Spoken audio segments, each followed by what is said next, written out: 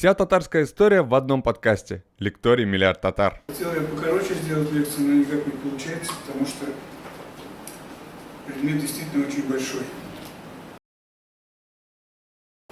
То есть, если бы все было известно, если бы были бы написаны учебники, и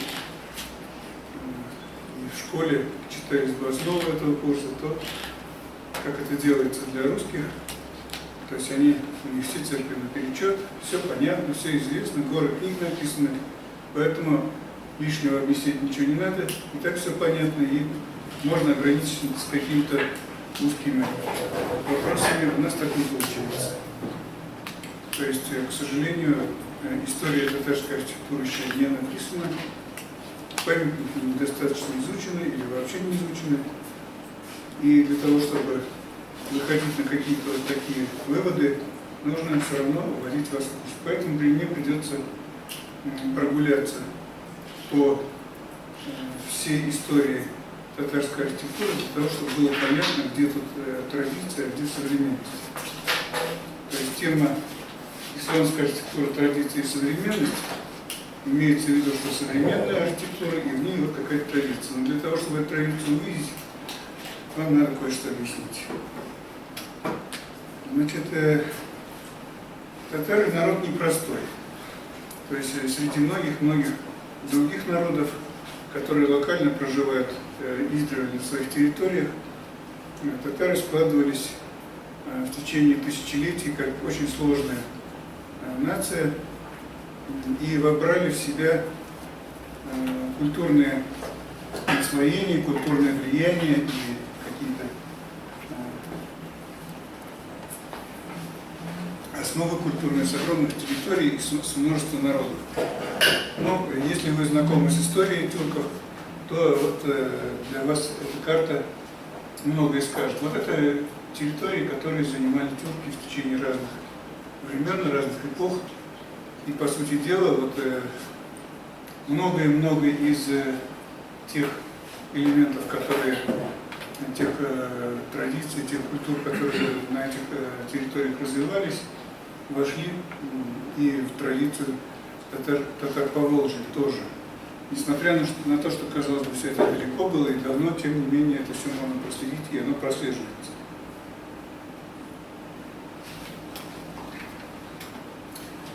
Но та часть тюрков, которая непосредственно сложила как бы наш народ, она в основе своей, мы знаем, это были болгары.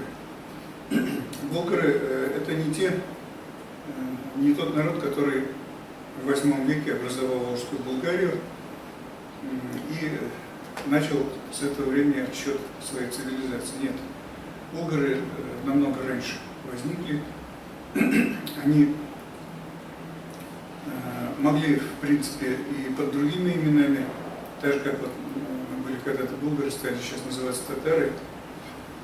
Также точно и болгары когда-то назывались как-то по-другому. Они существовали во все времена, когда зарождалась тюркская цивилизация, и двигались вместе с тюрками, составляя их интеллектуальный костяк.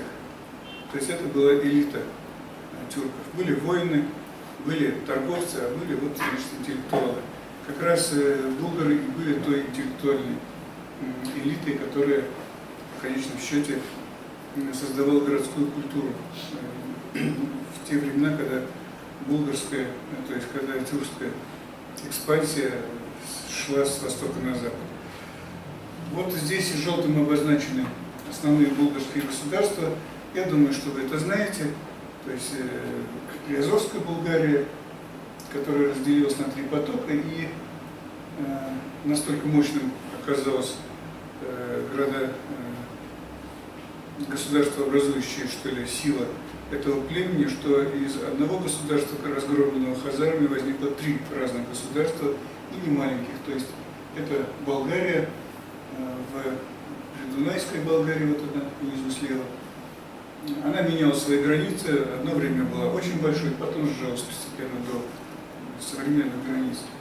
Болгария на Кавказе, и вот Волжская Болгария, которая занимала очень большую территорию, здесь она показана меньше, То есть практически все течение Волги почти до Астрахани прослеживаются болгарские памятники. Вот. Где-то в середине 8-го, начале 9 века болгары появились здесь, на побережье Камы, и создали здесь свои города. Но не сразу, это было два потока.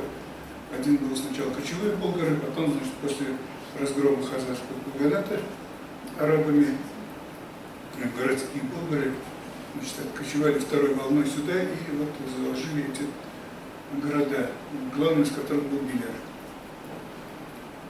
Для того, чтобы понять суть нашей культуры, как она зарождалась, мы должны понять то, что это была кочевническая культура в своей основе, сочетавшаяся с городской оседлой культурой. И та, и другая культура, они существовали равноправно. Не надо понимать кочевническую культуру как нечто примитивное. Это просто способ хозяйствования другой. Там такие же могли создаваться культурные ценности, как и в городах, но все это опиралось на как бы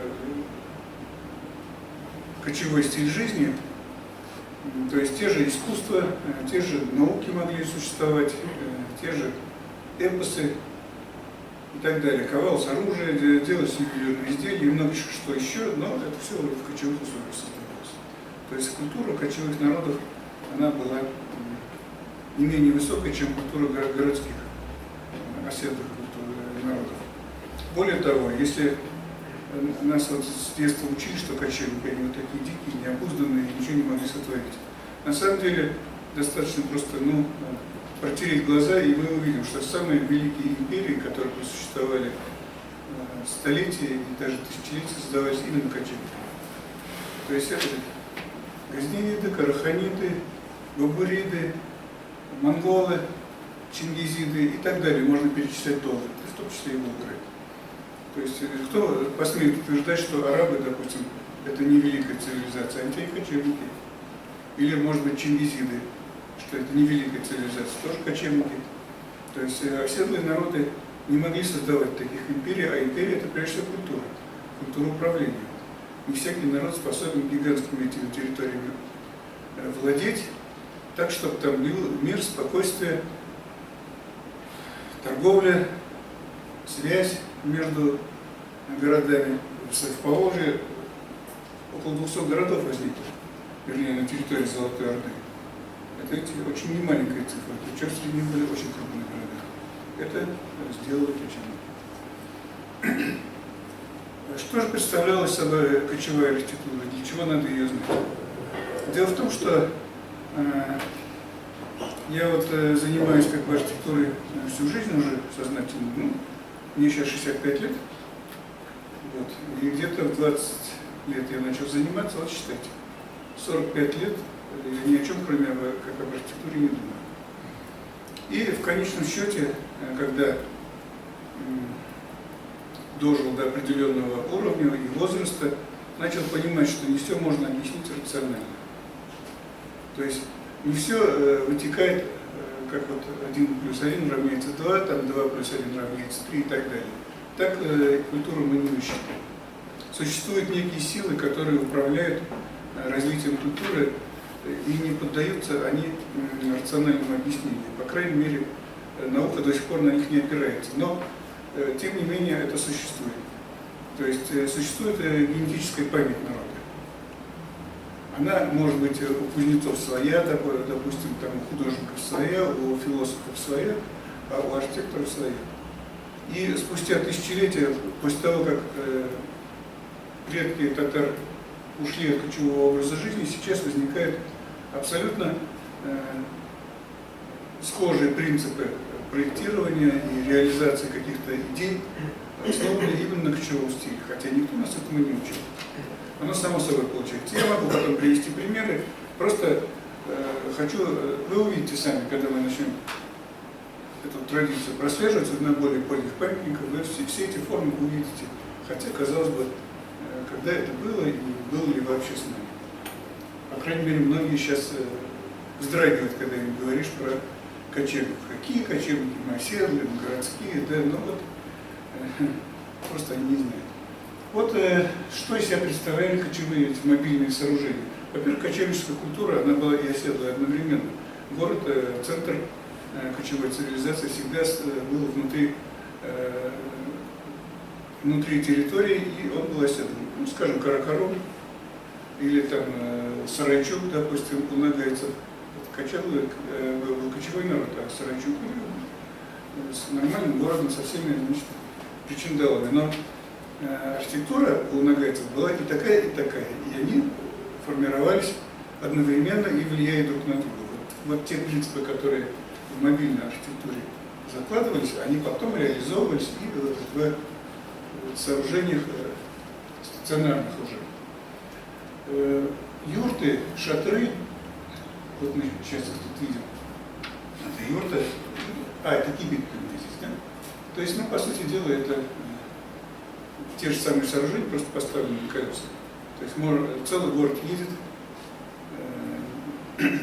можно ночевать, можно собирать там военный совет или какой-нибудь другой, и в это время все движется. То есть это вот такая остроумная система, при которой жизнь не превращается в перемещение с места на место и не замирает во время движения.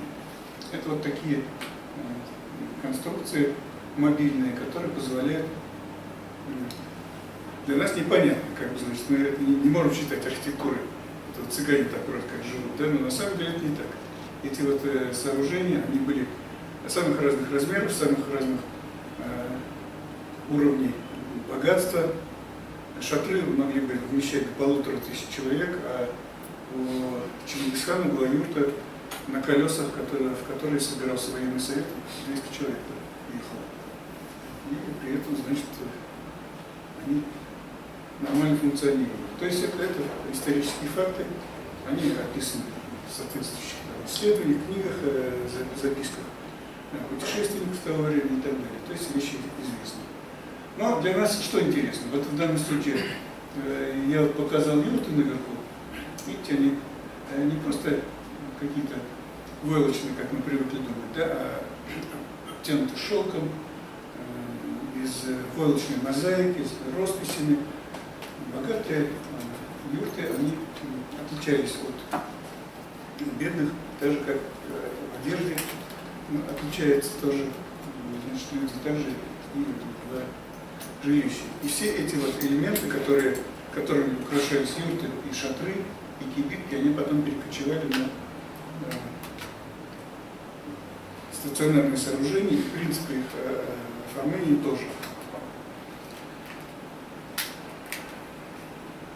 Кочевой период закончился где-то, он не закончился, конечно, но, по крайней мере, костяком, что ли, культуры булгар стали города где-то к X веку. К этому времени как раз случилось событие, которое коренным образом изменило судьбы всей цивилизации Восточной Европы. Булгария приняла ислам. Это был 922 год. Вы об этом все знаете, вам рассказывают.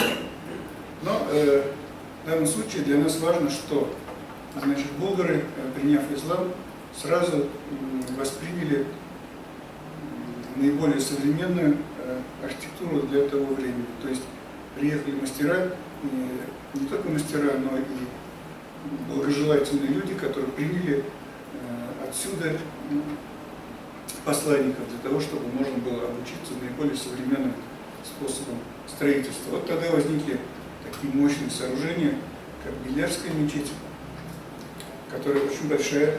Вот посмотрите, там фотографии наверху, видите, там автомобиль стоит. То есть это не маленькое сооружение, и у него есть каменная часть, есть деревянная часть.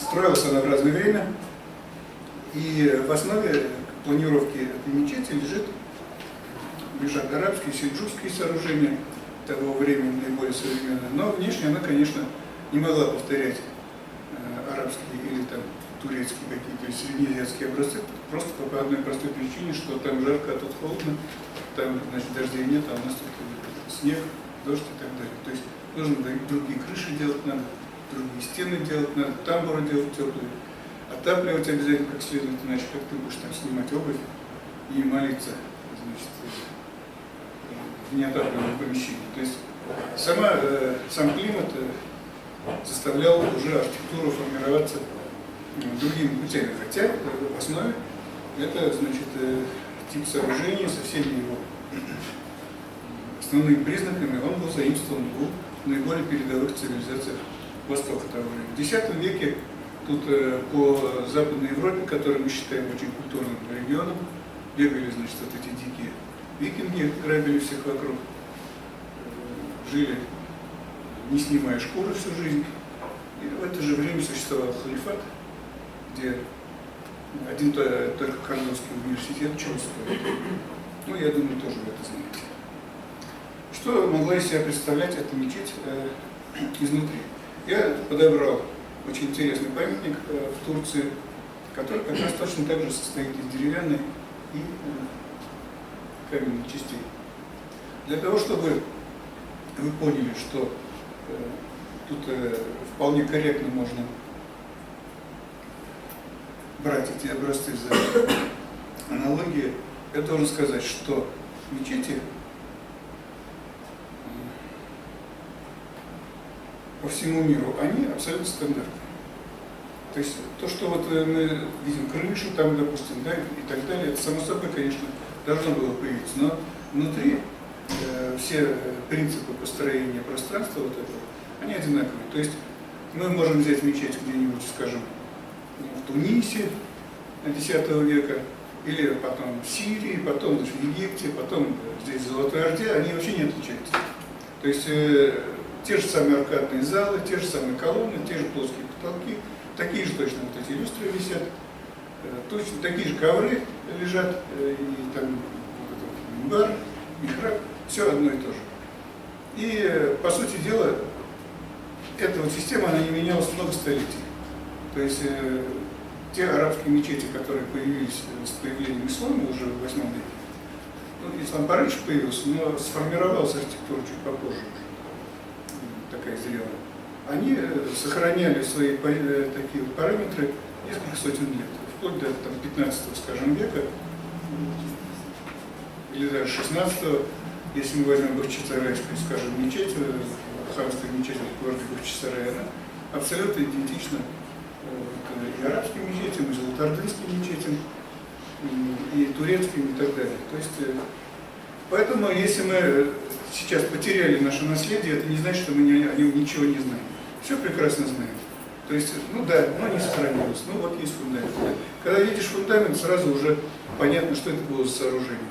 Мы же не удивляемся, когда биолог берет, допустим, лапку находит от насекомого и говорит: о, я знаю, это таракан. И причем не какой-нибудь абстрактный таракан, а вот такой. И может и он рисовать целиком. Потому что он знает систему. А кто-то находит там, допустим, зуб и говорит: ой, я знаю точно, это зуб овцы, допустим, да? И может эту овцу воспроизвести полностью, 100%, какая она есть. Здесь абсолютно то же самое. То есть совершенно не нужно ничего гадать. То есть мы, если находим остатки сооружений, если мы знаем систему, то можно воспроизводить дальше уже с достаточно точной, можно сказать, с точностью, ну, скажем, до 70%. То есть если мы знаем стиль, если знаем уровень культуры, технику, которой они там владели, то все дальше достаточно просто. То есть мы берем, как вот борец берет на прием, и стандартно его проводит. И получается, значит, шлеп об землю. Здесь то же самое. То есть сделать реконструкцию сооружения по его фрагментам, по археологическим остаткам, в общем-то, так же просто, если ты знаешь приемы.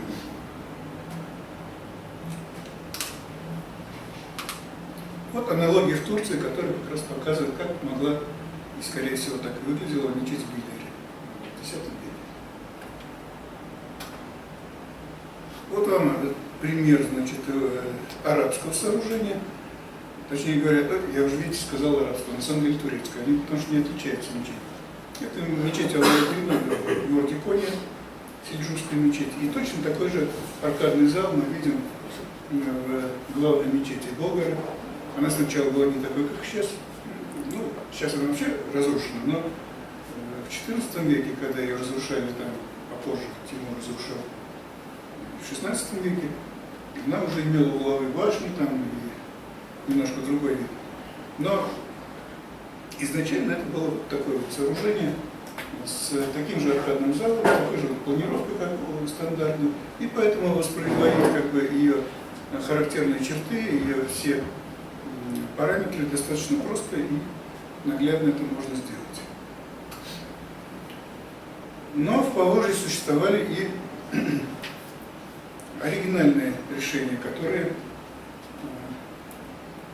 выделяют эту культуру среди других. Это всегда так бывает. То есть человек может быть стандартным, но тем не менее у него свои там выражения, свои привычки и так далее. Здесь то же самое. То есть при общем характере культуры, подобным средневековым культурам селжукской и среднеазиатской, существовали некоторые сооружения, которые были уникальны для этой культуры. И вот в числе таких сооружений мы видим многобашенную мечеть. Я специально занимался этим вопросом, как появились многобашенные мечети и что это вообще такое за явление, потому что их в таком виде они не встречаются в других местах. Они есть, но они совершенно иначе выглядят.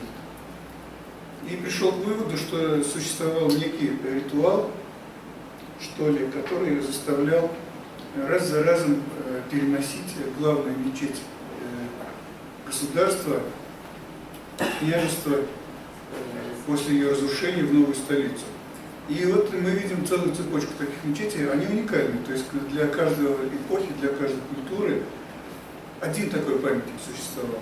Для X века, это вот для XI века, это вот Белярская мечеть, потом, значит, вот XII век, это вот мечеть в Елабуге на Чертовом городище, потом появилась мечеть в Болгаре, XIV век, потом после ее разрушения в Казани появилась главная мечеть в Казани, которую сейчас все обзывают мечетью Кул-Шериф, но это не так. Это Худяков придумал, что она называлась Кул-Шериф. Вот. Но тем не менее она существовала, эта мечеть, она зафиксирована в преданиях, и, в общем-то, самое главное, что она зафиксирована в храме памятника в честь завоевания Казани, в храме Василия Блаженного, образ этой мечети. Вот здесь мы имеем одну из традиций, которая в таком снятом, что ли, виде, в виде принципа, просуществовала в течение тысячи лет и до сих пор продолжает существовать. То есть теперешние татары уже просто не могут пристраивать угловые башни. Мы, если поедем в любой район сельский, мы там увидим такие мечети с угловыми башнями, которые украшают вот углы кирпичных мечетей, построенных буквально вчера или там 10 лет назад. Это, я их много видел. К примеру, если едешь в сторону Малмыжа, вот, по этой дороге, Сибирскому тракту, там в Шишинере такая мечеть, ну и так далее, в общем-то, они есть. Вот вам уже одна традиция наметилась. Золотая Орда.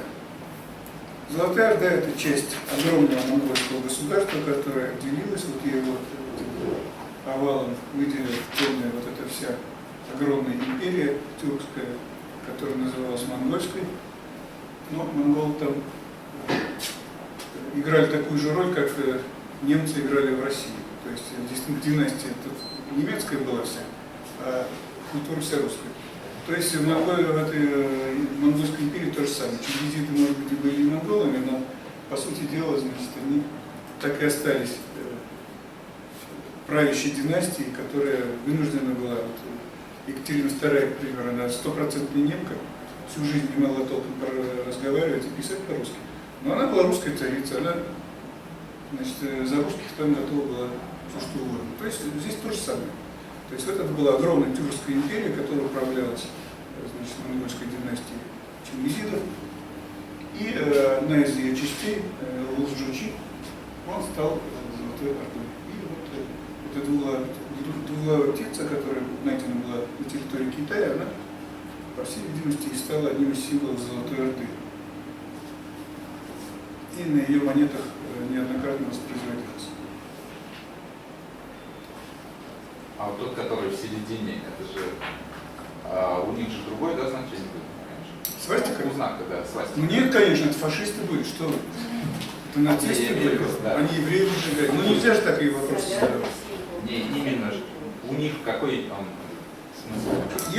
Знаете, это очень долго рассказывать. Этих свастик, да, по всему миру, если так посмотреть, они это и у Команчи есть, и в Южной Америке у этих ацтеков есть, да, и повсюду вообще. И у буддистов есть они, и у мусульман, у кого хочешь. Но у мусульман они никакого значения не имеют вообще. То есть это просто чисто такой декоративный деталь. А тут символ, ну, знаете, вот я бы так не утверждал. То есть там, вот вы возьмите в интернет, зайдите и наберите свастика. И вы сразу поймете, что оказывается, что вы ничего не знаете. То есть там объяснений на целую книгу хватит. Но в данном случае это косоугольная монгольская свастика, которая отличается от буддийской, стандартной, там, индийской и прочее, тем, что у нее вот эти концы, они под углом идут и еще закругляются часто такой барашком таким. В Золотой Орде они были, то есть на зеркалах они встречаются и кое-где еще. Ну, это была ранняя Золотая Орда, то есть история Золотой Орды, она делится на времена монгольские и времена исламские. То есть, когда времена хана Баты и его, значит, сыновей, Сартака и так далее, и времена хана Узбека, Джанибека и так далее, то есть, когда она перешла в ислам. Что для нас важно знать? Что в культуре Золотой Орды аккумулировались 3, даже 4 основных культуры. Это северокавказская, крымская, хорезмийская и булгарская. Булгарская в первую очередь. То есть это была та основа, на которой вообще культура Золотой Орды построена. Сейчас казахи очень напирают, значит, не хотят, чтобы они были потомками Золотой Орды. Но тут вопрос вообще решается просто, где были города. То есть на территории Казахстана, ну, 1, может, 2 было города, а на территории Среднего Поволжья 150. То есть ясное дело, что как бы государствообразующим и основной элитой, что ли, городское население составляли болгары. Вот они тут, где болгары селялись, там были города. Ну, еще в Хорезме там тоже часть городов находилась. Что они из себя представляли? Вот я назвал вам 4 основных, что ли, культурных традиции. Это кавказская, крымская, поволжская, булгарская, хорезмийская. Вот это так называемая региональная культура. Так же, как сейчас в России есть там Сибирь, допустим, да, есть там Кавказ, есть.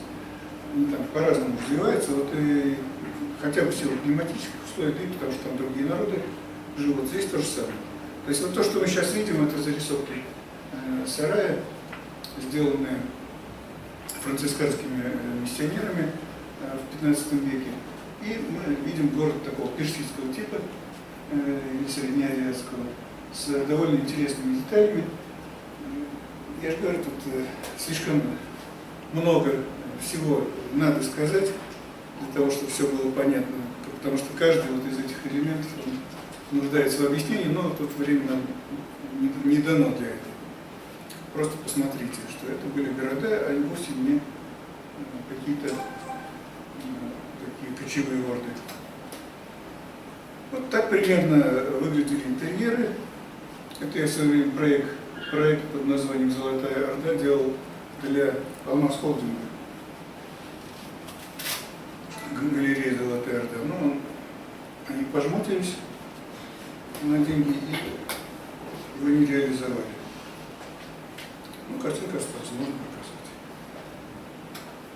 Значит, вот что из себя представляла булгарская традиция. То есть это каменные сооружения очень высокой техники строительной, из тесанных гладких блоков, хорошо пригнанных, с декоративными деталями, хорошо вырезанными. их очень много сохранилось. Но, в общем, сооружение достаточно стандартное для мусульманского мира того времени и на уровне лучших, что ли, произведений сельджукского стиля. Сельджукская империя тогда занимала, если вы не знаете, то начиная со Средней Азии и кончая, значит, Меккой, Мединой, Сирией, Ираком и так далее. То есть это была гигантская территория, населенная культурными народами, с такой общей имперской культурой. Но Золотая Орда не входила в нее, но тем не менее, значит, вот общий стиль эпохи, так же как сейчас Америка диктует всем, какой должен быть стиль. Вот, также Сельджукская империя тогда, значит, диктовала стиль всему миру, в том числе и Европе. Там, правда, стиль другое название получили, потом романский и так далее, но по сути дела это те же самые стили. Вот уже опираясь на то, что я вам говорил про стандарты стиля сельджукского, сейчас вы понимаете, как родилась вот эта реконструкция главной мечети в Болгаре, которая сейчас стоит в руинах. Там мы ничего не можем себе представить, но если знать, как это все было, развивалось, в принципе, вполне несложно все это нарисовать. То есть известно, какие были колонны, какие были арки, какой был минбар, михраб, примерно в те эпохи, как делалось, и какие были дополнительные элементы, которые украшали мечети всего мира. Они повсюду встречаются, и у нас здесь тоже вот, на растопах они есть. И стеклянные лампы, и металлические лампы, вот эти подвесные, они находятся при археологических исследованиях. Существовало несколько комплексов, о них тоже я рассказывать не буду, просто покажу. Это вот комплекс ханской усыпальницы с малым минаретом и дюрбе. Тоже стандартное для всего мира, но в данном случае что я должен сказать? Значит, вот это вот дюрбе остроконечный, который справа мы видим, наше вот мышление не позволяет думать, что мы его придумали, а потом весь мир его воспринял. Так и случилось. То есть у меня старая подруга Ханифа Надырова пошла защищать докторскую и мне дала на рецензию свою работу. И там я прочитал, что вот, значит, золотоордынские вот эти дюрбе, они у арабов были скопированы. На экскурсии в Булгарах экскурсоведы говорят, что это армянский вариант. Да, армяне, что они, это отдельная песня про армян вообще. Они вообще же, Адам был армянин, у них же все армянское. И Кремль построили, и русских христианств научили. То есть, знаете, тут есть просто такой момент, да, в Москве армянская диаспора имеет огромную силу. И в частности, значит, институт Цинитья, в котором я защищал кандидатскую, он потом переименовался в УНИТАТ, то есть союзный, всероссийский теперь уже научно-исследовательский институт теории архитектуры и градостроительства. Там для этого тоже защищал. Там едва ли не половина армян. Это институт, который занимается историей архитектуры народов СССР. И вот представьте себе, естественно, значит, как такие люди, которые там работают, они, если хотят болгары раскапывать, они ищут там армян, скорее всего. Смирнов искал там русских. Сколько там было русских? Они, конечно, были. Татары тоже в любом городе есть, но из этого что следует? Просто то, что они там были в каком-то количестве. А больших выводов из этого делать нельзя. Но вот делают такие выводы. Ладно. Ну и вот пример харизмийского памятника Золотоордынского. Это дочка хана Узбека, Тюраби Ханум была здесь похоронена, 14 век. Он сохранился вот, без шатра из Ростова. Но внутренний шатер, этот купол, внутренний купол сохранился, видите. Это вот уровень культуры Золотой Орды, примерно так. Если взять книги по архитектуре Средней Азии, то этот памятник там называется лучшим памятником среднеазиатским всех времен. То есть культура Золотой Орды была настолько... Да вы сами посмотрите, какие замечательные фасады и пропорции этих арок, как все это изысканно. Ну там не только, там до десятка примерно этих памятников, там гигантский минарет стоит, Кутлук Тимура, 62 метра от него сейчас осталось. С 14 века он не упал, не покосился, до сих пор стоит. Ну и несколько еще сооружений, Караван-Сарай там и так далее. И вот примерно в этом русле развивались дальше уже и казанские тоже памятники. В данном случае это мечеть Нурали, знаменитая, которая находилась внутри Казанского Кремля. Сохранились ее рисунки, ну я на эту тему писал достаточно много статей. Соответственно, вот все эти формы они обоснованы, потому что есть планы и известные размеры этого сооружения, где оно находилось, в общем, все примерно известно. И рисунки тоже есть. Ну, для нас что важно знать? Вот в основе тюркских сооружений и татарских в частности лежит стандартная композиция юрты или шатров.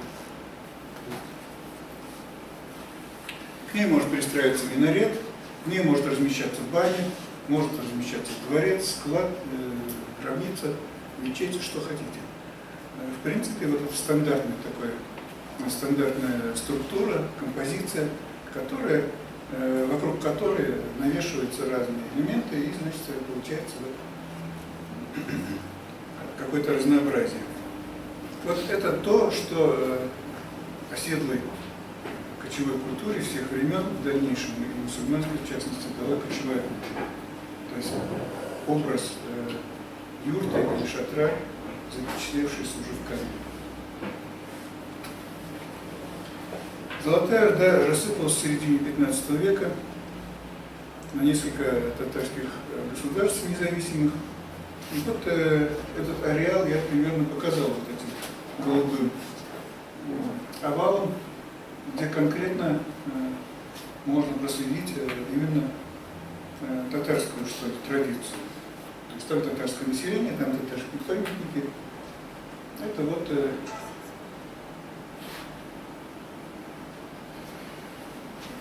Крым, значит, это часть Литвы, Большая Орда, Астраханское ханство, Ногайское, Казанское ханство, Касимовское ханство, вот здесь вот, Сибирское ханство. То есть вот то, что Касимов, он кажется сейчас далеко, да, на самом деле это граничная территория, просто она отдалилась в силу того, что там были уже, значит, границы переделаны позже. Вот, ну, для нас, наверное, актуально говорить о Казанском ханстве, что здесь было. Просто я, вот это, все, что я сейчас рассказывал, вы должны понимать, что Казанское ханство и его архитектура – это результат вот такой вот эволюции. На самом деле, не просто так взяла и выскочила, как говорит Бараев, здесь вот какая-то архитектура, а она вот вобрала в себя все эти традиции, всех этих эпох и народов. Потому что это была единая территория когда-то. И так же, как в советское время существовал единый стиль, везде. Хотя он, конечно, разнообразился в Литве, так скажем, свои памятники, в Ереване там свои памятники, в Казахстане свои, а у нас свои. Но тем не менее, стиль общий. Вот и здесь тоже самое. Татарская архитектура, она везде одинаковая была, но с региональными особенностями. И вот Казанское ханство – это один из элементов этой мозаики. Что из себя представляла Казань? Это 100 лет существования, 1538 по 1552 год. Ну, это картина художника Хазиахметова, который немножко так романтично это все представил. Ну, в общем, по большому счету он попал. То есть уровень цивилизации и уровень строительной техники, характер этой цивилизации он уловит. Вот. Существуют подлинные рисунки Казани, то есть это вот наверху, это рисунок Хуана де ла Коса 15 века, который запечатлел Казань. Как видим, здесь ни юрт, ничего нет, а нормальный город с многоэтажными домами, с башнями, с различными конфигурациями этих башен наверху. Ну вот, в общем, характер понятен. И вот еще, значит, картина написанные русским живописцем. Сразу после взятия Казани огромная икона, она в зале древнерусской живописи висит в Третьяковской галерее в 12 зале. Вот, и там вот изображена горящая Казань. То есть кое-что мы о том времени не знаем. Ну, теперь вот в последние годы появились результаты археологических исследований, раньше их не было. Но поскольку я сам занимался этим достаточно долго, и у меня есть как минимум 2 книги, посвященные этому времени, то есть это очерки по архитектуре Казанского ханства, ханской Казани точнее, и мечеть средневековой Казани. То есть достаточно основательно углубился в эту тему, и, как всегда это бывает, когда начинаешь изучать, выясняется, что кто-то что не берется. То есть просто никто не интересовался, не собирал эти вещи, а вдруг, когда начинаешь все вместе собирать, картина начинает складываться. И родился в итоге вот такой макет. Он делался по заказу Департамента внешней связи при администрации президента Татарстана для Экспо 2000 в Ганновере. Вот. Значит, полгода мы его делали, но я его как бы весь рисовал, а дизайнерское значит, бюро Сергея Михайлова, она его осуществила в материале, в бумаге.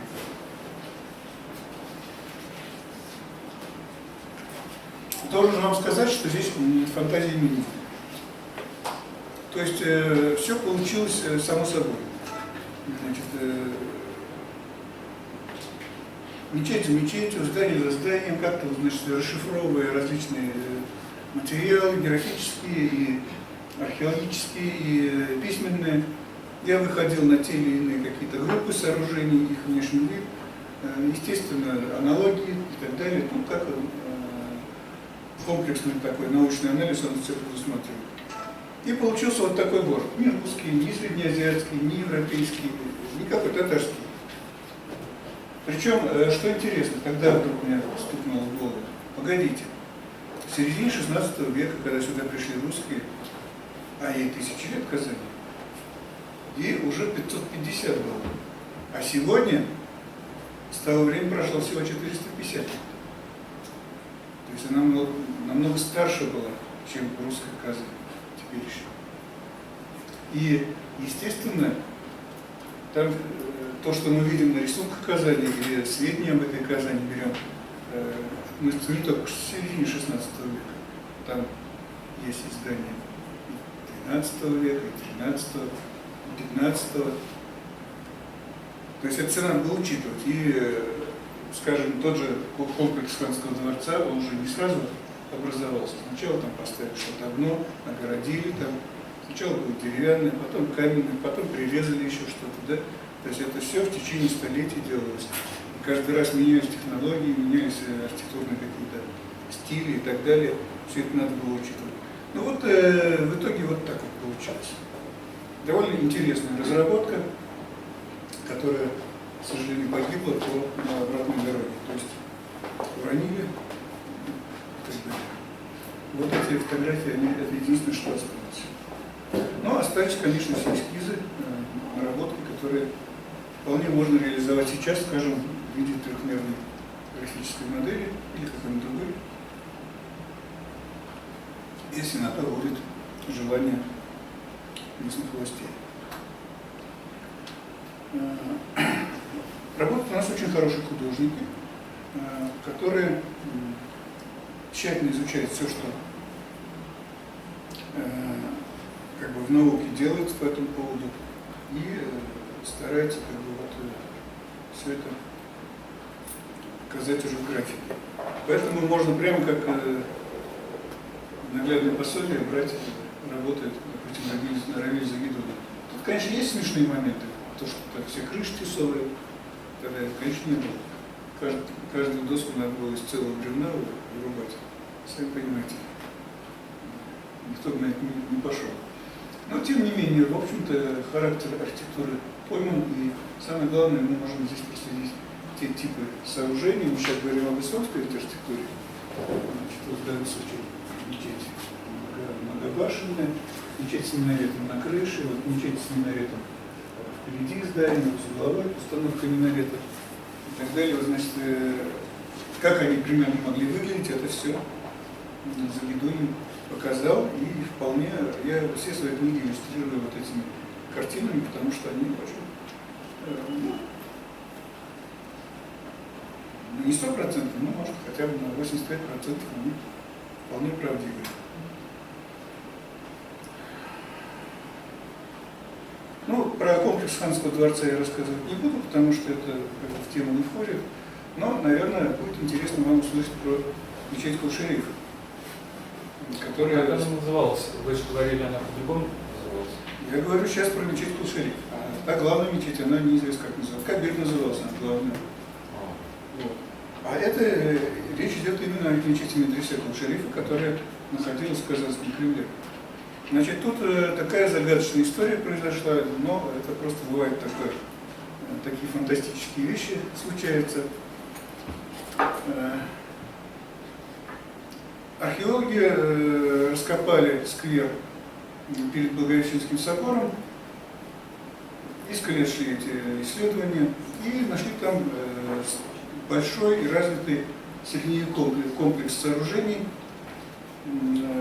одна из которых явно была мечетью. Ну, там как от самого комплекса мало что осталось, потому что на стройматериалы все перетаскали. Но фундаменты в виде вот этих самых траншей, там, значит, всякого мусора, и свази забитых, они все равно прослеживаются. Ну, когда в разные годы копают, соответственно, значит, вот эти все форматки, они по-разному. В общем, короче, целую работу большую провели, чтобы это в едином масштабе все одну картину составить. Когда составили картину, казалось знакомым, что-то такое тут неуловимо тревожное. Выяснилось, что планировка вот этой средневекового комплекса полностью совпадает с планировкой Архиерейского дома, который сгорел в 1829 году. Двухэтажный каменный дом, но это не дом, это комплекс там большой, архиерейское подворье. И был разобран после пожара, но был при этом запечатлен архитектором Бетонди. То есть он снял планы, разрезы, фасады, зарисовал. И когда наложили вот это все на древнюю планировку, выяснилось, что это оно самое и есть. То есть это комплекс мечети медресе Кул-Шериф, который был передан архиерею и использовался в течение, значит, ну не им там, их несколько было архиереев, под архиерейское подворье в течение 300 что ли лет. 300 что ли получается. Даже может быть, да, примерно так. То есть 1552 и 1829 и 24. Почему? Ну, во-первых, наложение планов само по себе о чем-то говорит, но там еще не только это. Вот когда смотрим на планы, там видны обрубленные эти минареты, лестницы бытовые, которые ведут в никуда, заканчиваются на уровне крыши. Там много помещений загадочных, которые вроде как ни к чему.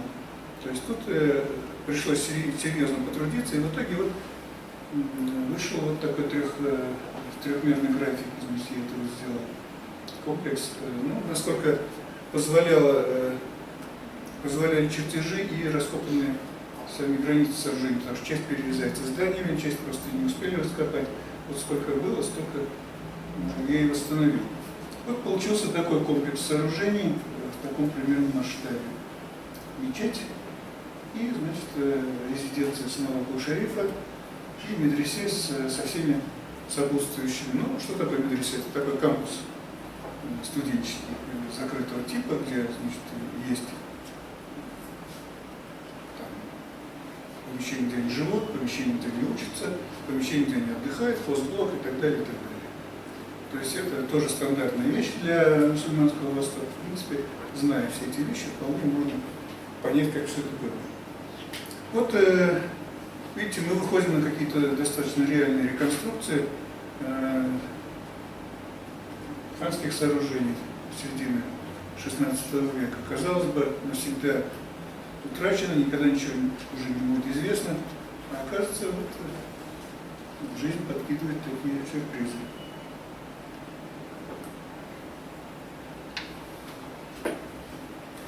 Ханский дворец. Значит, я не стану рассказывать вам, как это получилось, да, если уж вас до такой степени заинтересует, просто можете взять мою книгу «Очерки по архитектуре Ханской Казани», и там, значит, все материалы, касающиеся этого дворца, они есть. Но вот итогом всех этих исследований стала вот реконструкция Ханского дворца. Как вот такого вот сооружения. В общем-то, Ханский дворец, если его рассматривать не как не одно здание, а целый комплекс сооружений, там есть представительские сооружения, тоже хозблок, там гвардия, да, конюшни всякие, мастерские, значит, рекреация, там бани, много чего, зал приемов, да, значит, жилые помещения, администрация там и так далее. То есть это достаточно сложный комплекс. Он, в общем, напоминал дворец султана в Топкапы в Стамбуле. По всем принципам организации, в общем, напоминал это. И что самое интересное, еще похоже на Бахчисарайский дворец тоже. И, значит, по всей видимости, золотоордынские вот эти столичные дворцы тоже подходили примерно под эту же структуру. И, как ни странно нам покажется, на самом деле это естественно, дворец Алексея Михайловича в Коломенском. Тоже по типу золотоордынского дворца построен. По всей видимости, его архитектура тоже является одной из такой русских критериев золотоордынского стиля. Вот. И теперь вот тоже интересный момент. Вот эта дверь, которую вы справа видите. Это не фантазия, это не абстрактный рисунок и не какой-то откуда-то заимствованный. Это я сам лично обнаружил эту дверь в Ярославском музее под названием, значит, «Царские врата», какой-то там уже несуществующий церковь. Они там экспонировались. Переделанные под «Царские врата», потому что вот эта подковообразность была убрана там, врезаны иконы в полотно, прямо, значит, выборка была сделана по орнаментальному фону резному под эти, значит, киоты, на которых размещались иконы. Но дверь мусульманская как бы настолько стандартная, они, начиная там с Магриба и до Занзибара, они повсюду эти двери. И Средней Азии тоже. То есть абсолютно стандартная дверь. Вот мы выходим на еще одну находку периода либо Золотой Орды, либо, значит, Казанского ханства, которое просто сохранилось, когда Казань грабили, а может не только Казань, не знаю что, ну, будем считать, что Казань. Вот вывозили такие наиболее интересные элементы, детали и, значит, их использовали потом. Вот в данном случае вот эта дверь таким образом и сохранилась, на наше счастье, и нам показывает примерно уровень культуры этого народа, который жил тогда в середине 16 века, здесь или там, в 15 веке, и уровень его архитектуры тоже. На эту тему у меня есть публикации, значит, обосновывающие все это, так что это уже результат исследования этого памятника и его реконструкции. Ну и вот еще один вид. Это реконструкция ханского двора в районе Ханской мечети, сделанный художником Газеевым по, значит, моему эскизу. И этот эскиз мы сделали вместе с Хази Ахметовым. Дорабатывал там еще. Сейчас она экспонируется в Музее государственности. Довольно большая картина, вот такого примерно размера, как эта. Ну, здесь вот мы видим дворец, вы уже его узнали, наверное, да? Ханскую мечеть, вот слева и дальше там Ханское кладбище идет. В общем, вот так. Ну и некоторые детали, вы тоже их видели, наверное, их постоянно везде показывают, рисуют, фотографии. Это резные детали надгробий. Но никто их не воспринимает как архитектуру. На самом деле никто же для надгробий специальные орнаменты не выдумал.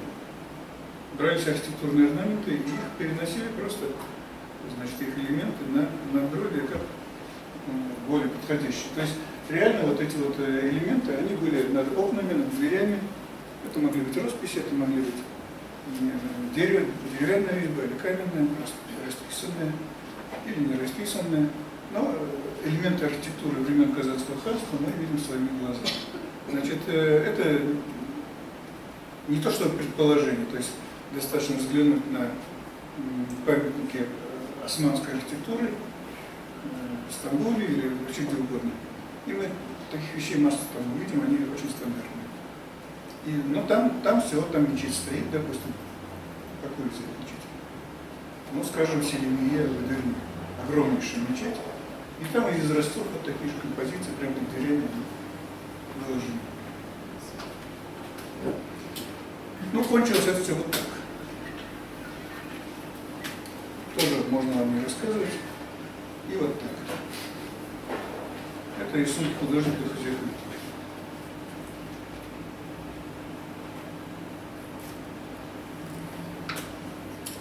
То есть средневековая традиция, она вот таким образом пресеклась. Ну, что значит традиция? Традиция, она не пресеклась, то есть она осталась в головах у людей, в каких-то других вещах, в памятниках, менее монументальных, да и в руинах тоже. Но сама, что ли, традиция строительства таких масштабных сооружений уже была утрачена. И вплоть до 1992 года, когда впервые нам стало позволено строить такие масштабные мечети, такой архитектуры больше не было. То есть это 426 с чем-то лет. Значит, у татар не было ни возможности, ни средств, ни архитектурных кадров, которые могли бы это сделать. И вот смотрите, что получилось в итоге, когда в 96-м, по-моему, году был объявлен конкурс на мечеть Кул-Шериф, наши архитекторы выиграли все 3 тура. Хотя участвовали там турки, финны. Я был членом жюри, экспертом главным, значит, по этой мечети, был на этом конкурсе. Я как бы, значит, анализировал каждый из этих проектов, экспертизу делал. Там с Ливана был, значит, один проект был, ливанский архитектор. Ну и из России тоже достаточно много. Выиграли наши, потому что вот у нас где-то внутри это, я не знаю, как это назвать, ну, что-то было, что позволило наиболее органично вписать и поймать те формы, которые для, значит, этой мечети были необходимы. Ну и вот апофеозом, что ли, всего татарского стиля стало вот это сооружение. Это храм-памятник в честь завоевания Казани на главной площади Москвы, храм Василия Блаженного. Фактически это памятник татарской архитектуре. То есть образ ханской Казани, увенчанный крестами. То есть концепция здесь совершенно четко читается. Значит, ну, сами знаете, как москвичи готовы все как угодно объяснять, только они никак не могут объяснить, как она только что ни с того ни с сего появилась. В таком виде, если такой традиции вообще не было. Так не бывает, потому что, вот посмотрите, как сейчас церкви строятся, они же насквозь канонизированы. То есть там все предопределено, должно быть так, здесь такие-то маковки, здесь столько-то маковок, они должны размещать старты, и тут вот так. Ни с того, ни с сего. Ну,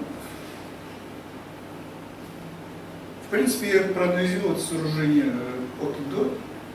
И вот книги «Мечети средневековой Казани» и стили и формы средневековой архитектуры Казани. Я там достаточно подробный анализ дал каждого из этих форм. В общем, наиболее близкими аналогиями здесь являются памятники Мамлюкского Египта.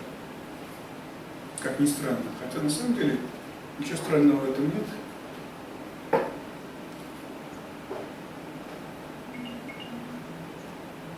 Если будут вопросы, я потом объясню. Вот здесь как раз показываются некоторые элементы сопоставления. Вот, пожалуйста, монгольский минарет в Египте.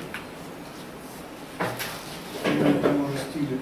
Это вот 12 века мечеть в Адане. Шатер. Вот сравнивать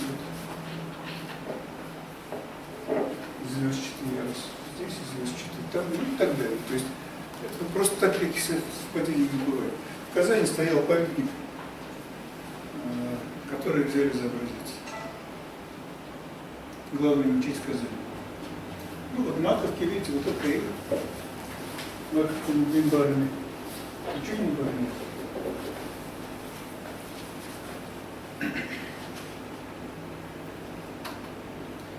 Значит, подводя итог, должен вам сказать такое.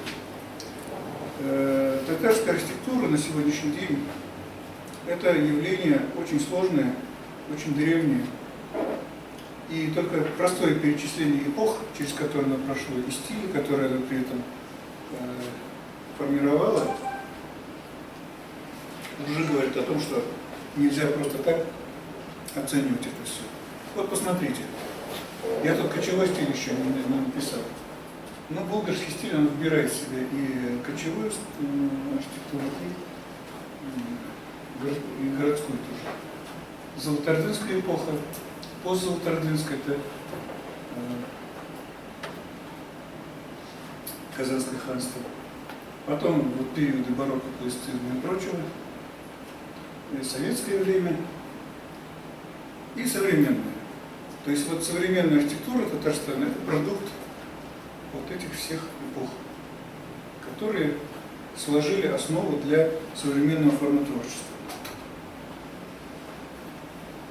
Это во времени. А теперь посмотрим в пространстве. Это я таблицу делал для кандидатской диссертации. Я взял все мечети, все татарские слободы, которые в русских городах существуют, нанес их на карту, и получилось, что они четко вписываются вот в этот треугольник. Это вот зона распространения татарской архитектурной традиции в Российской империи. В Российскую империю в разное время входили разные культуры. Но ни кавказские, ни среднеазиатские имамы там никогда не бывали. Везде, на всей этой территории, только татарские слободы и только татарские мечети стоят. Это зона золотоордынской традиции. Ну, плюс немножко распространившаяся в разные стороны.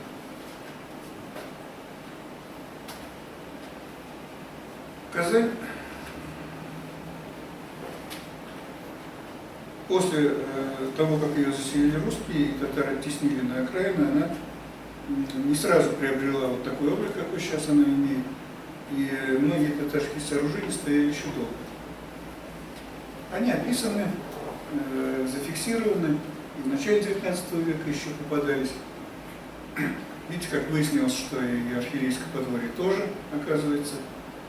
Все это влияло, и все это в какой-то степени, ну, татары, может быть, помнили что-то. Так или иначе, вот эта традиция, она не сгинула вместе с Казанским ханством. И некоторые из этих сооружений мы видим, вот, запечатлены, видите, художником Корнеевым в 1801 году. Тут явно идет, значит, усадьба средневекового такого вида. Это период классицизма. То есть там даже не пахнет никаким классицизмом.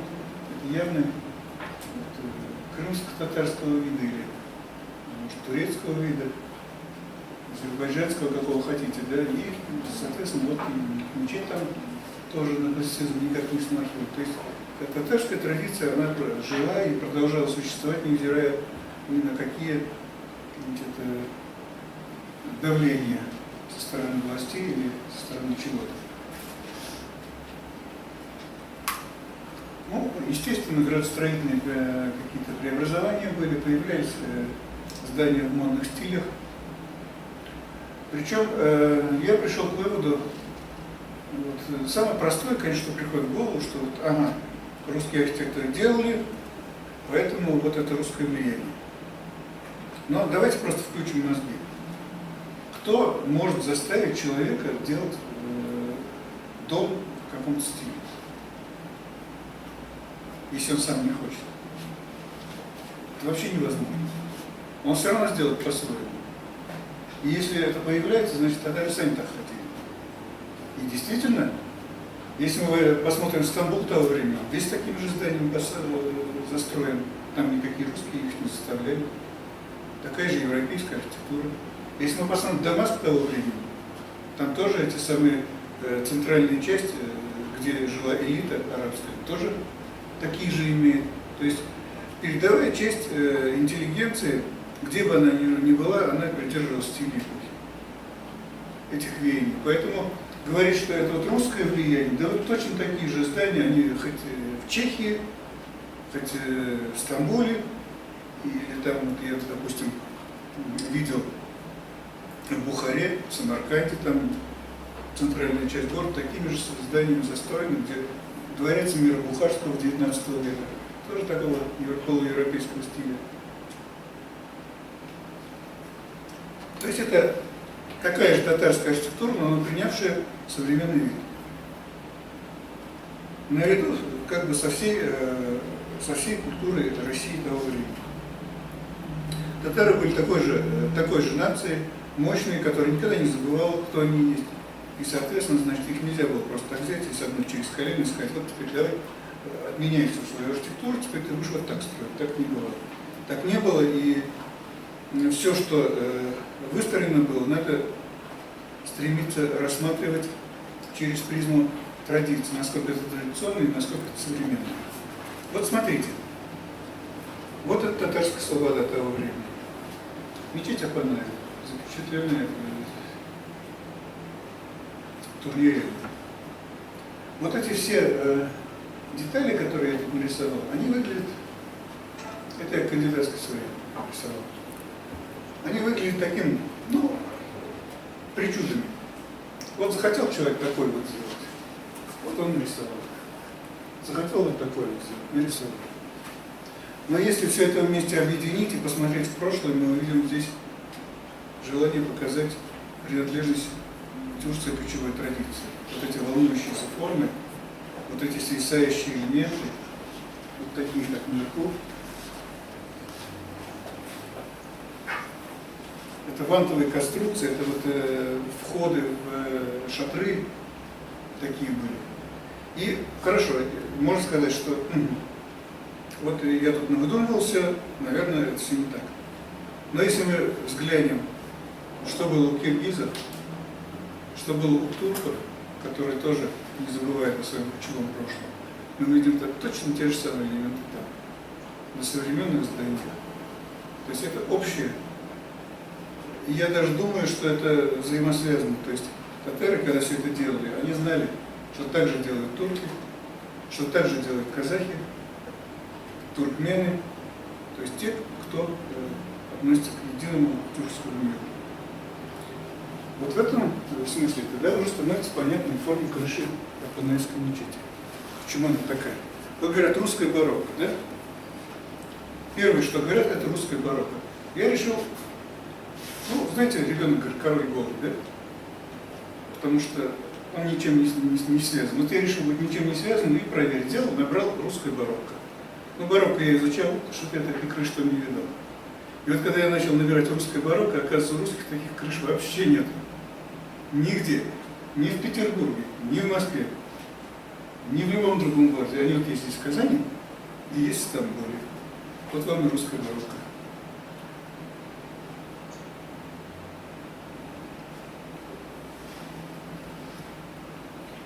Также у татар существовала своя концепция архитектурной традиции, опиравшаяся как на свою собственную линию, что ли, свои собственные какие-то архитектурные эпохи и стили, так и на общую тенденцию в тюркском мире, во главе которой, и исламском, во главе которой тогда стоял халиф, сидевший в Стамбуле, султан турецкий.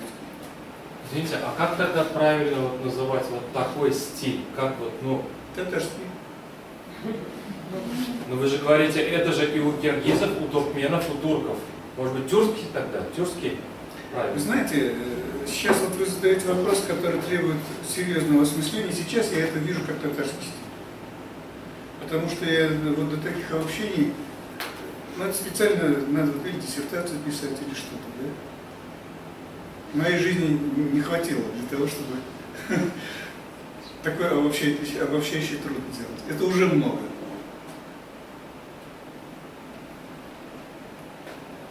Ну, может быть, и тюркский, может быть, не знаю, но это слишком смело сейчас с моей стороны будет так заявить.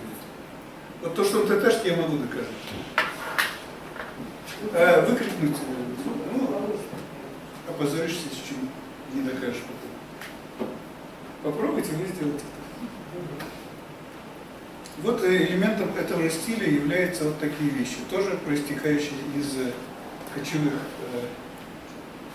элементов оформления. Видите, какие интересные вот зигзагообразные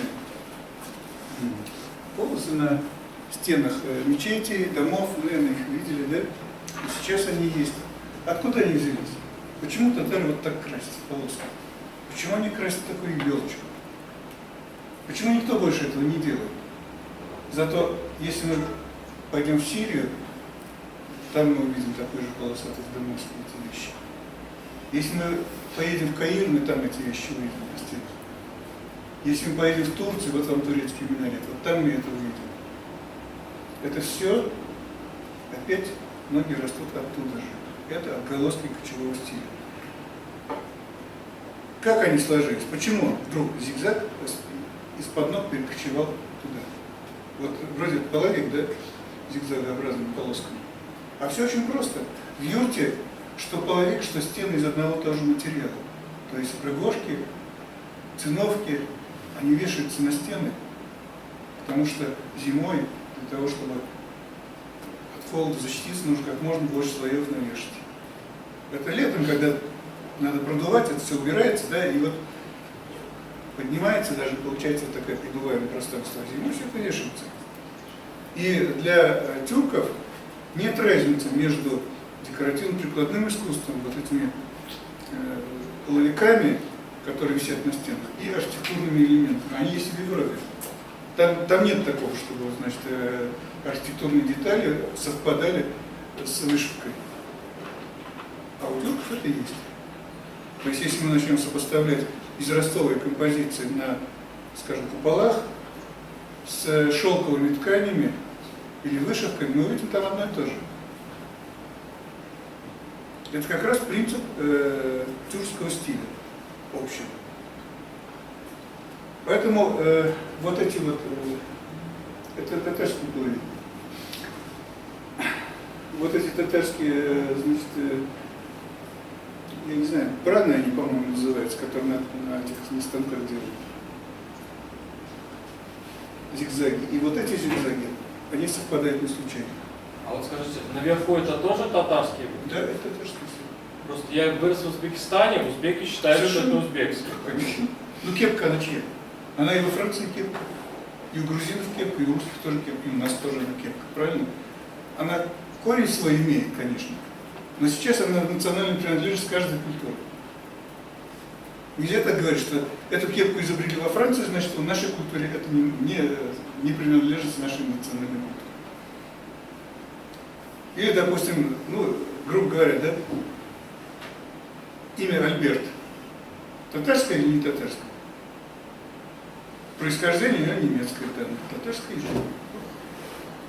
То есть в любой культуре найдутся элементы, которые совпадают с элементами культуры других народов, но они являются национальной принадлежностью и нашей, и их. А вот откуда они происходят, это вопрос другой. Отдельно надо говорить. Ну вот,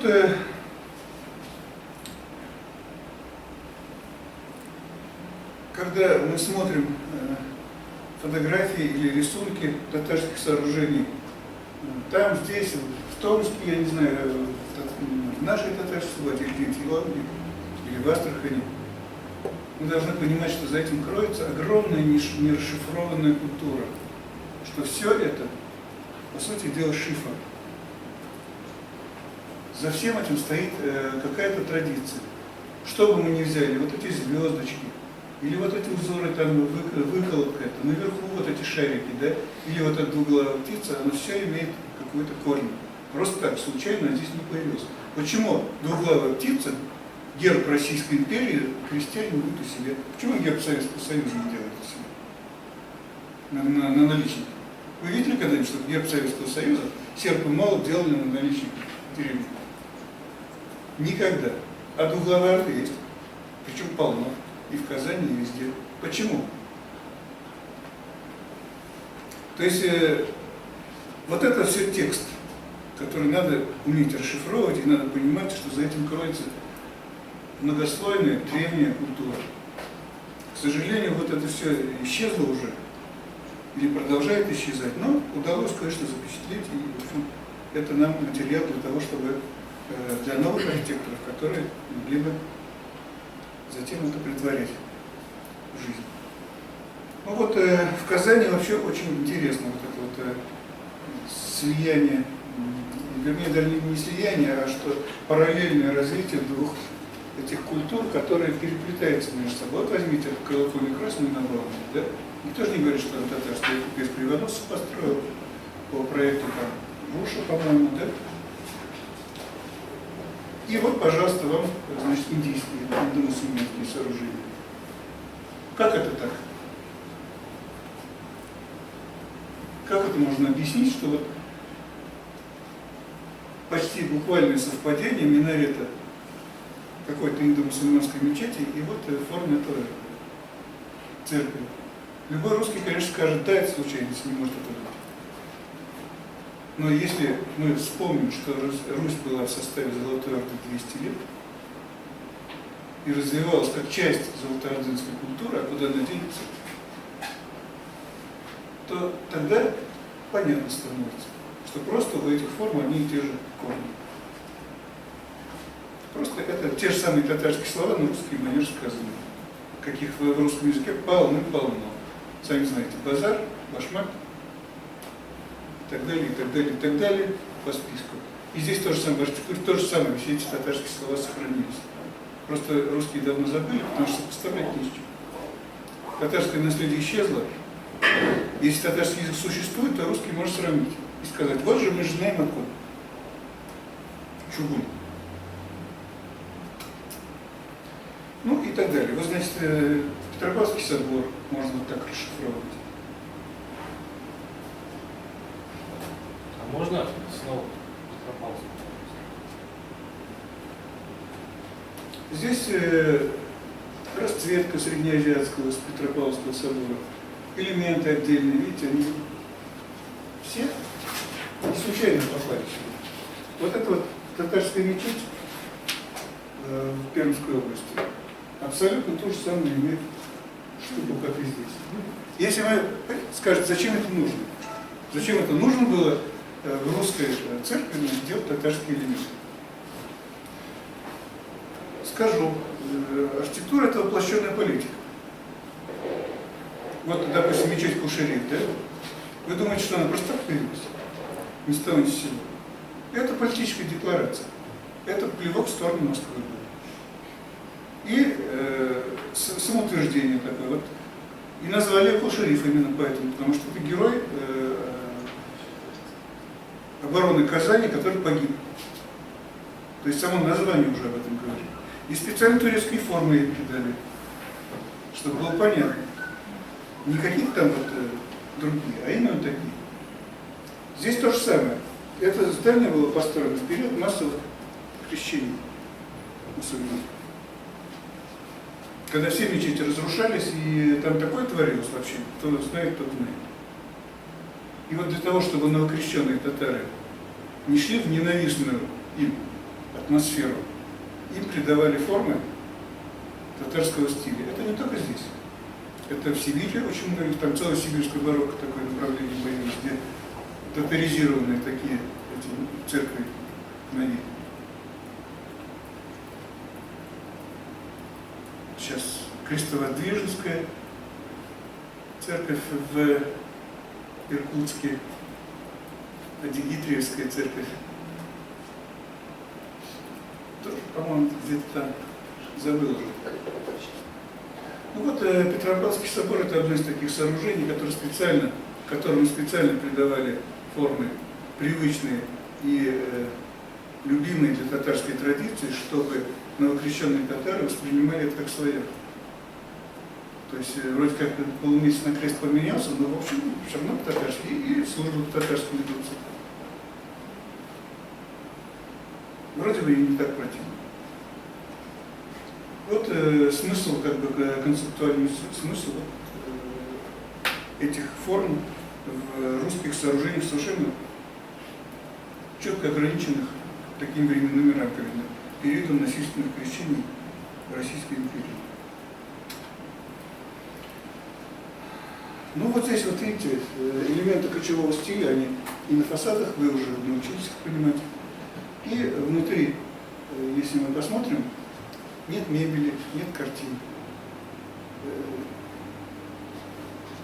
Вот эти вот трансформирующиеся перегородки висят, я не помню, как они называются, вот такие жерди, на которых вешаются все. Это в юрте тоже делается.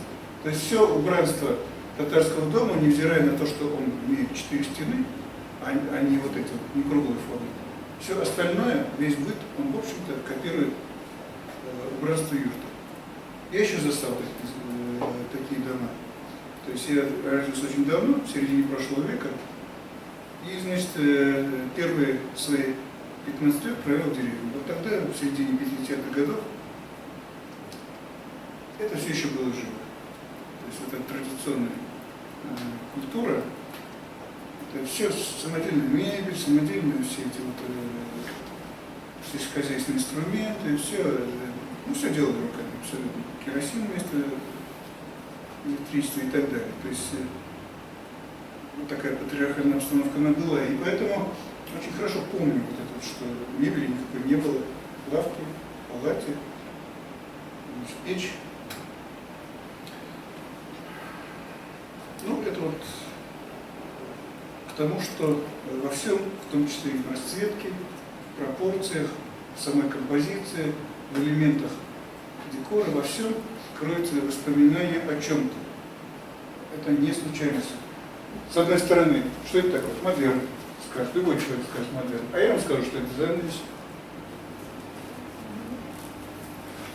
Да еще сверху стол вместе.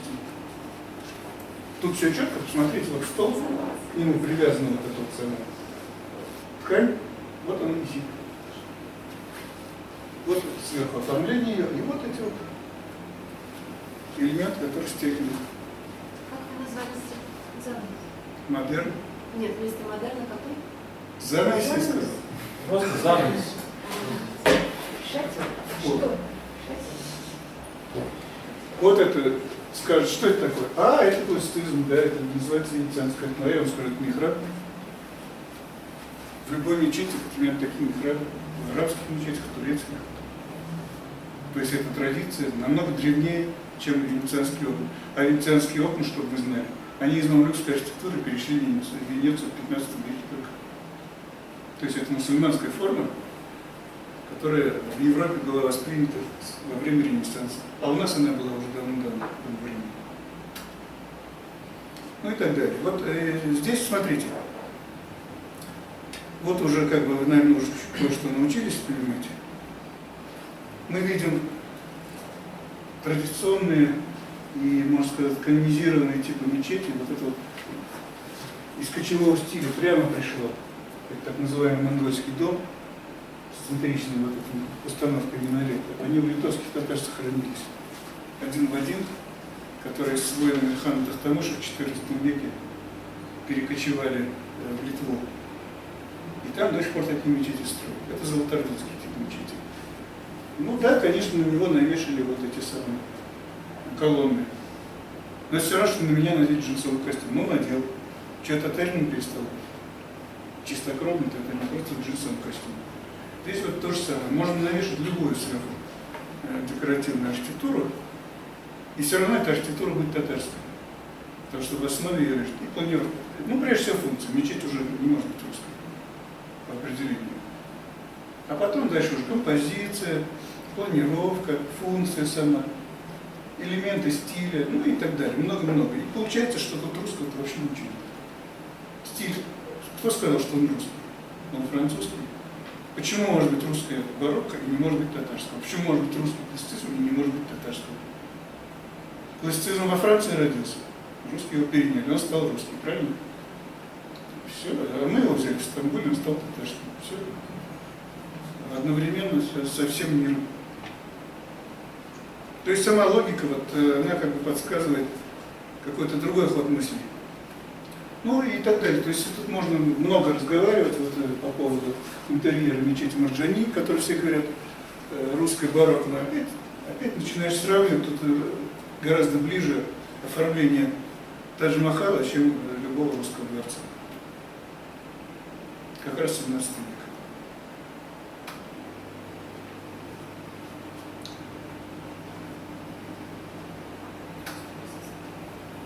Ну, вот я вам показываю в разном стиле, как бы модерн, эклектика, татарские сооружения, они уже, наверное, вы начинаете понимать, что это не отголоски русских стилей, а твоя собственная традиция, которая одевается в стиль эпохи. Вот теперь можно переходить уже к современной мечети. Когда стало понятно сам ход развития в течение определенных эпох. Вот смотрите, вот это татарские мечети, которые были построены в течение 20 лет. Вот совершенно разные по стилю, по виду, по композиции. Что может их объединить между собой? Казалось бы, полная свистопляска. Ничего общего между ними нет. Давайте посмотрим.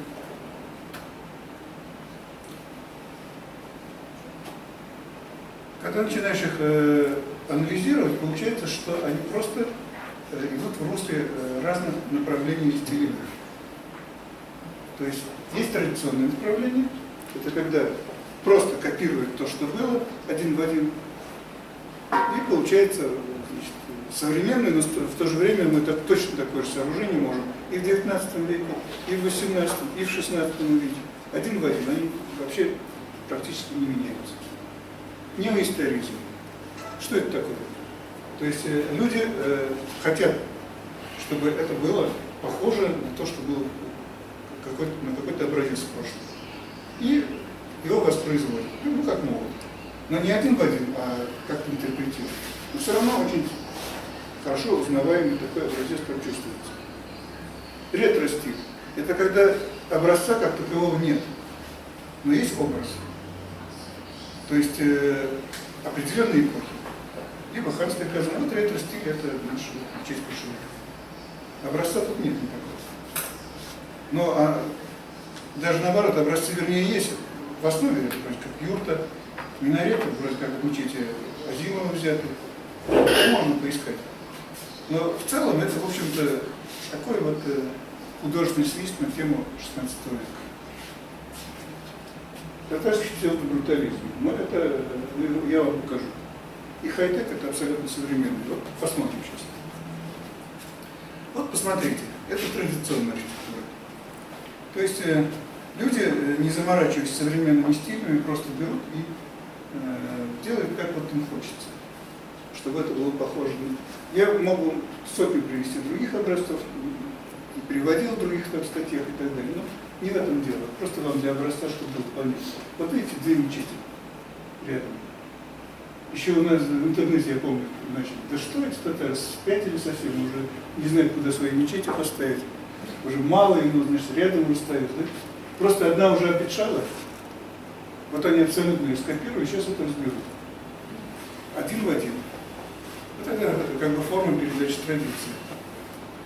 Ну и здесь то же самое, видите, здесь стиля как такового нет. Тут явно средневековье пахнет. И здесь то же самое, то есть простая форма, без всяких вот как бы этих ухищрений, никаких попытки стилизации, просто вот берут и делают, как примерно они понимают.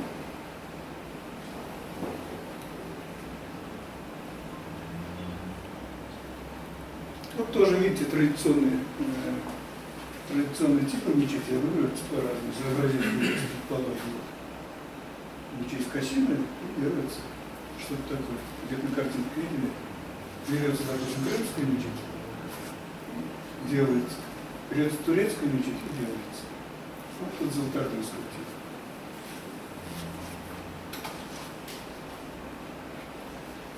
С двумя минаретами.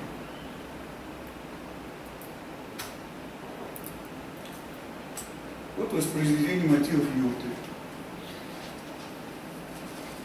По-моему, очень хорошо видно.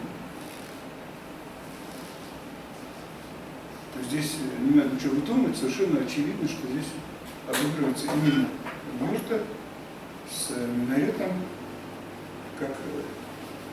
И что интересно, таких мечетей не было вот, уже 400 лет. Они вдруг возникли в 90-е годы. То есть то, о чем я говорю, ни с того, ни с сего, вдруг появилось целое направление в архитектуре мечети, которое воспроизводит средневековую традицию, ту традицию, которую никто не знает. Это неисследованная абсолютно традиция, никто про нее ничего не знает, а она взяла и возникла.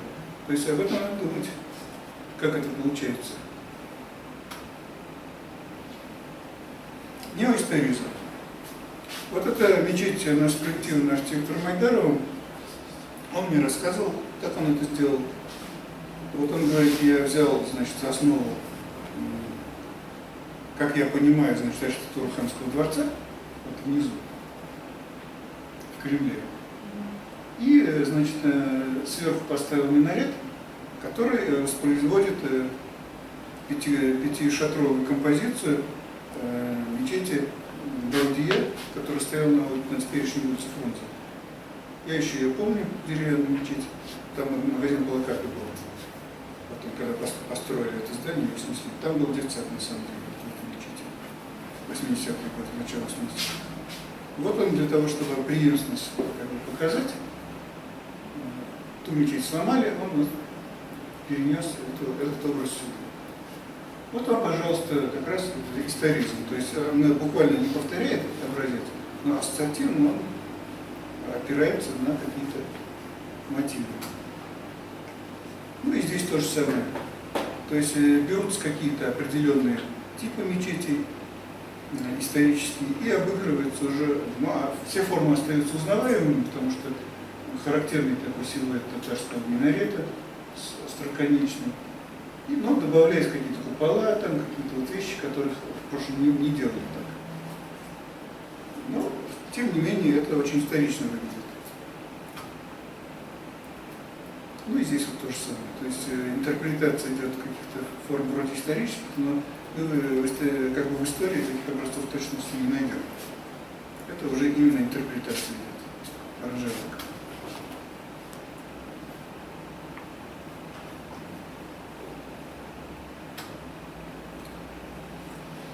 Ретро. Ну, я уже говорил, что такое ретро. То есть это без всяких прототипов, но, значит, попытка сохранить образ мечети. Такая свободная форма творчества, но при этом характер как бы вот татарской мечети он сохранялся. То есть, если не вдаваться в подробности, мы татарскую мечеть хорошо знаем. Общую композицию, общий силуэт, пропорции какие-то, вот, это все. Хотя все детали уже видите современные, ничего такого историчного нет.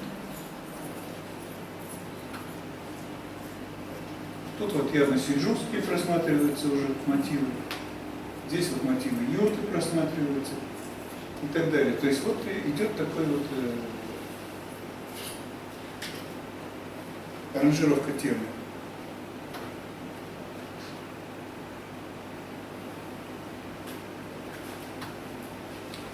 И вот псевдобрутализм. Что это такое? Значит, вообще необрутализм, он такое достаточно мощное течение было, которое оперировало вот такими грубыми формами, отстраненными от всяких исторических стилей, а именно рассчитанные на чисто такое эмоциональное восприятие, как современную форму, которая отрицает историческое прошлое. То есть надо было смотреть чисто на чистую форму, а не на отголоски какой-то традиции. Здесь же, видите, сочетается и то, и другое. То есть берутся, с одной стороны, совершенно новаторские какие-то решения, а с другой стороны, опять здесь мы видим ту же традицию, которая выпирает буквально. То есть мы никак не можем сказать, что это не мечеть.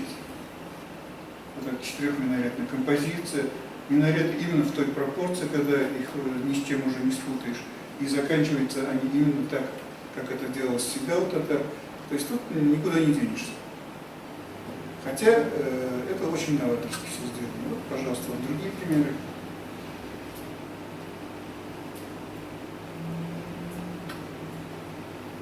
И хай-тек.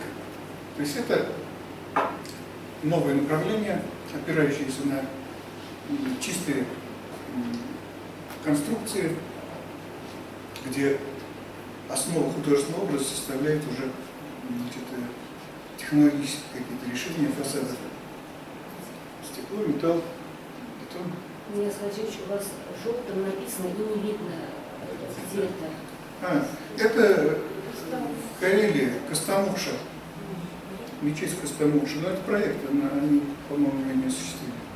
Там очень мощное движение же против мусульман. То есть даже те мечети, которые уже начинают строить, они начинают там либо свиней резать на этом месте, либо свастики рисовать, поджигать там и так далее. В Карелии. Да. В Карелии и в этом Ямало-Ненецком округе там тоже разломали уже готовую мечеть. То есть по России катится эта волна фашистская, которая сейчас не знаю. Раньше вот как-то легче с этим было. А вот псевдобрутализм, где было написано первая вот мечеть такая вот нестандартная, это в каком городе? Нижний Кавказ. Это Нижнекамск. Да, да. Очень, кстати, симпатично. Но с ней, конечно, довольно дурацкая история с этой мечетью. Она была спроектирована главным архитектором духовного управления Таджиддина в Уфе. Как его? Я видел проект этой мечети. Он профессор преподает там в этом строительном институте. И почему-то, он отдал Таджиддину этот проект, а тот, видимо, на доработку дал кому-то. И она вышла под именем Манукяна уже в Набережных Челнах. То есть вот так. Вы говорите Армения. Вот, ну здесь что? С одной стороны, вроде как мы говорим, что традиции никакой нет, но с другой стороны она есть. То есть мы видим отдельно стоящий минарет. Это только минарет может быть. У него есть шерифе, у него есть маковка. То есть формально это все, оно есть. Купол, который формы, может быть, выглядит он не так, как обычно, но тем не менее вот формально есть главное здание. Вот, значит, вынесен вперед вестибюль, то есть вот мечеть, скажем, у нас Нурула на Сенном базаре, она именно так сделана. Купол, значит, основной объем, вынесен вперед вестибюль с минаретом стоящим. То есть традиционная композиция сохраняется, и даже и пропорции, и даже какие-то элементы, они все равно традиционные. Но это обработано таким образом, что уже выглядит как-то, значит, новаторски. Но этот стиль, он вообще сейчас как бы идет по всему миру. Вот в Чечне сейчас турки, видимо, их строят. Турецкая архитектура в этом плане очень такой прорывный. Ну и арабы тоже пытаются так делать, малазийцы.